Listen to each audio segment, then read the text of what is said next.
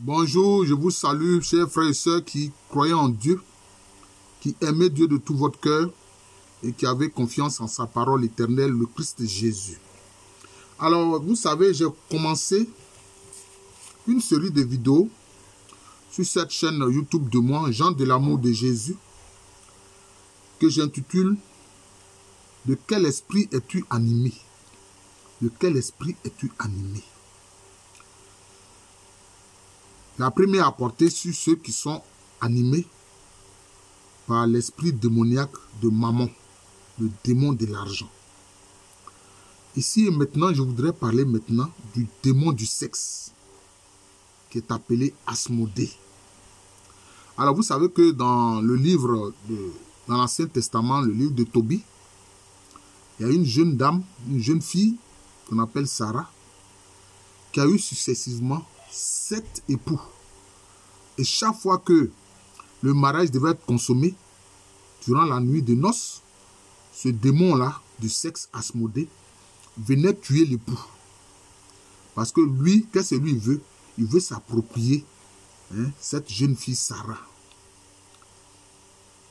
Et il a fallu que Tobie vienne là-bas, accompagné, en fait, en réalité, de l'archange Raphaël. C'est à la fin que l'archange Raphaël va se révéler à Tobie, alors qu'au départ, il n'avait été qu'un compagnon de voyage. C'est après qu'il a pu libérer Sarah de ce démon du sexe Asmodée et que alors Tobie a pu épouser Sarah. Alors vous voyez, en fait, ce démon Asmodée, c'est quoi? Il fait partie de ce qu'on appelle les esprits, les démons du sexe, en fait. Ce sont les démons du sexe. Il y en a ceux qui sont, disons, féminins, ces démons du sexe féminin, qu'on appelle les succubes. Et puis maintenant, ceux qui sont masculins, on les appelle les incubes. Vous voyez. C'est ce que, ordinairement, en Côte d'Ivoire, ici, les gens appellent... comment on appelle ça même? Ils appellent ça Mami Wata ou bien je ne sais pas quoi. Enfin, ils ont une façon d'appeler ça en Côte d'Ivoire. Mari de nuit. Voilà, ils appellent ça mari de nuit ou bien femme de nuit. Voilà, mari de nuit quand il s'agit d'un démon de sexe masculin. Femme de nuit quand il s'agit d'un démon de sexe féminin. Voilà. La plupart de ce qu'on appelle les Mami Wata là, ce sont des démons en général de sexe féminin. Alors, qu'est-ce que ça provoque? Ça provoque une envie frénétique de relations sexuelles. Ça, c'est d'abord ça. Une envie frénétique de rapport sexuel. Voilà. Une envie frénétique de rapport sexuel. Deuxième chose, à partir de ce moment, quand on est marié, on ne peut pas être fidèle à son époux ou bien à son épouse.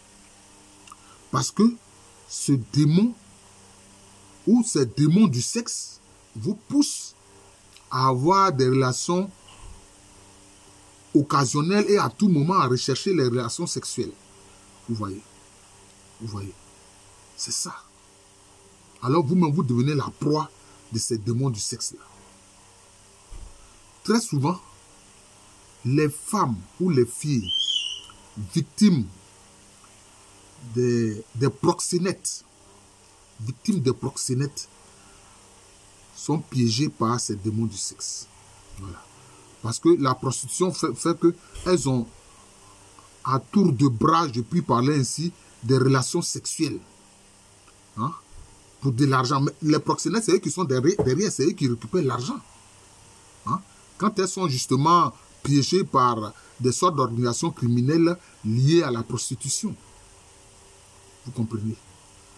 C'est vraiment une situation pénible pour l'être humain. Pénible pour l'être humain.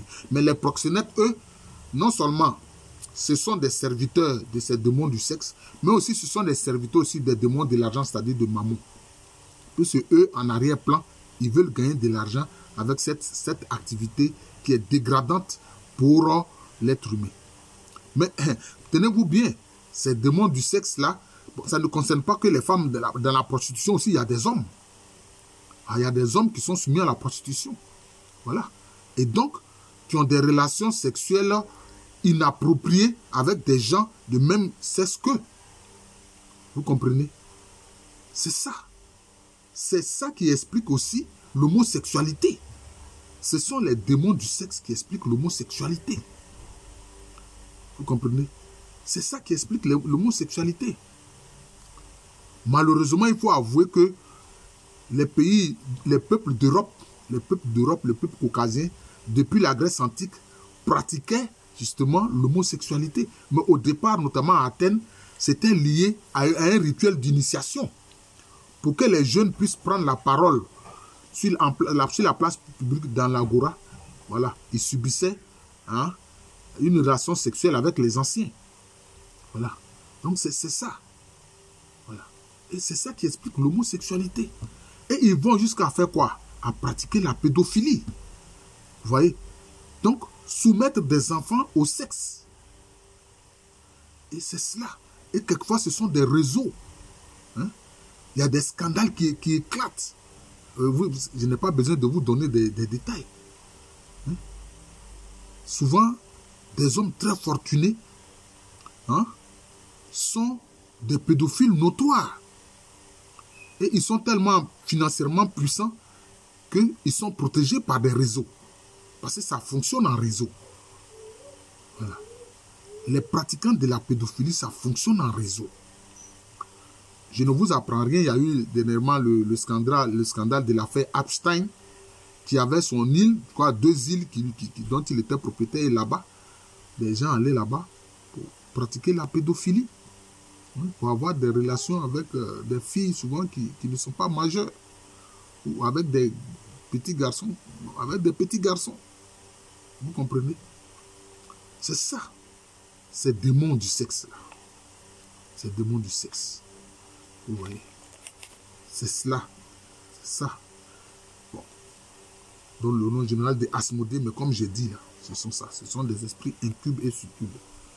Ce sont des esprits incubes et succubes. Donc c'est ça. Et c'est ça qui explique justement cette souffrance de cette humanité-là qui est victime justement de ce démon du sexe. Voilà. Or, le sexe doit être pratiqué dans la dignité de ce que Dieu demande. Voilà. Parce que, en fait, sur terre, c'est parce que nous sommes mortels que nous avons besoin d'avoir des relations sexuelles pour avoir une progéniture, pour avoir une descendance. Voilà. Pour avoir une descendance. Voilà. C'est mon petit-fils qui est à côté. Voici qui est là. Mon petit-fils, voilà, il est venu à côté de moi. Voilà. Donc, vous voyez, on l'appelle Pio Marie. Voilà. Il porte le nom de Saint Padre Pio à la fois et de la Vierge Marie. Vous voyez. C'est pour ça que Jésus a expliqué aux gens, quand les gens disaient, mais c'était les Sadducéens, ils disent, oui, il y a une femme qui a été mariée successivement par 7 frères du fait de la coutume de Lévira. Voilà. Parce que si, anciennement, chez les Juifs, si un homme épouse une femme qui décède avant d'avoir eu un enfant avec cette dernière, eh bien, un de ses frères hérite de lui et puis épouse la femme pour lui donner une descendance. Vous comprenez? Alors, ils sont venus poser le problème au Seigneur Jésus-Christ.